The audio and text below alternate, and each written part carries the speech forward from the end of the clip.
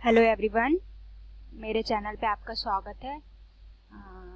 हम यहाँ पर फिजिक्स स्टार्ट कर रहे हैं। 12th CBSE NCERT book start कर रहे हैं। तो आपका फर्स्ट चैप्टर है विद्युत आवेश तथा क्षेत्र।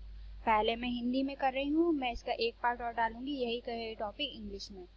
तो देखिए, आपका पहला चैप्टर जो है विद्युत आवेश तथा क्षेत्र, इसमें सबसे पहले आपको आएगा इसका इंट्रोडक्शन की भूमिका, विद्युत आवेश होता क्या है और आप इसको अपनी डेली लाइफ में कैसे समझ सकते हैं कि विद्युत आवेश है क्या। तो देखिए, विद्युत आवेश के बारे में हम देखेंगे। हम सभी को विशेषकर शुष्क मौसम में स्वेटर अथवा संश्लिष्ट वस्त्रों को शरीर से उतारते समय चटचट की ध्वनि सुनने अथवा चिंगारियां देखने का अनुभव होता है। ठंड के समय आपने देखा होगा कि हम स्वेटर पहनते हैं, स्वेटर को उतारते हैं तो उसमें से ऐसे चिंगारी जैसी निकलती है, ऐसे चटचट चटचट की आवाज आती है। जो चिकने कपड़े होते हो उनमें ऐसा होता है। और अगर आप मच्छरदानी लगा के सोते हैं, उस पर आप थोड़े से अपने हेयर्स को रब करेंगे और फिर नीचे करेंगे तो आपके बाल पूरे खड़े हो जाते हैं। तो ये क्या होता है कि उससे आपके उसमें मतलब विद्युत उत्पन्न होने लगती है। अब ये देखिए, महिलाओं के वस्त्रों जैसे पॉलीएस्टर साड़ी के साथ तो ऐसी घटना होना प्राय अनिवार्य होता है। पॉलीएस्टर एक कपड़ा होता है, साड़ी का एक पैटर्न होता है, मतलब कपड़े का एक होता है, एक तरह का कपड़ा होता है। उसमें ये घटना सबसे ज्यादा होती है। महिलाएं ज्यादातर जो साड़ियाँ पहनती है वो पॉलीएस्टर ही होती है, तो उनके में ये ज्यादा होता है। क्या आपने कभी इस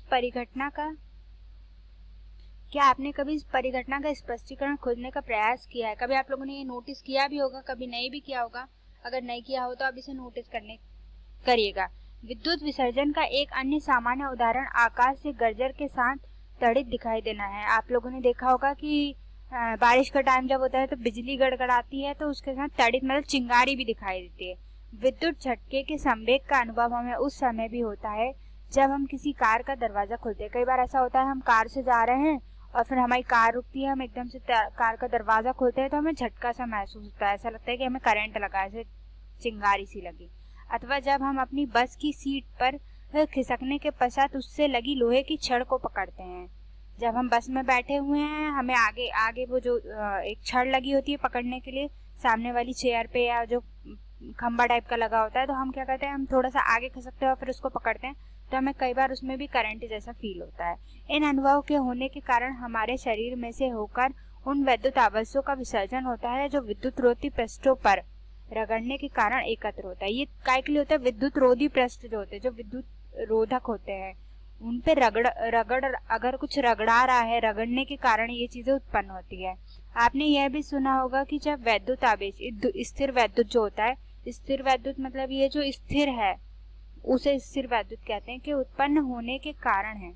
इस अध्ययन तथा अगले अध्ययन में भी हम इसी विषय पर चर्चा करेंगे। स्थिर से तात्पर्य, मैंने आपसे कहा था स्थिर से तात्पर्य सब कुछ जो समय के साथ परिवर्तित अथवा गतिमान नहीं होता, जो कि स्थिर है। स्थिर वैद्युति के अंतर्गत हम स्थिर आवेशों द्वारा उत्पन्न बलों, क्षेत्रों तथा विभवों के विषय में अध्ययन करेंगे। तो आगे के जो हमारे टॉपिक्स हैं उसमें वैद्युत आवेश, देखिए मैं आपको इसका दिखाती हूँ, वैद्युत आवेश क्या होता है, वैद्युत आवेश के बारे में पूरी इंफॉर्मेशन है, और आगे भी कई टॉपिक्स हैं।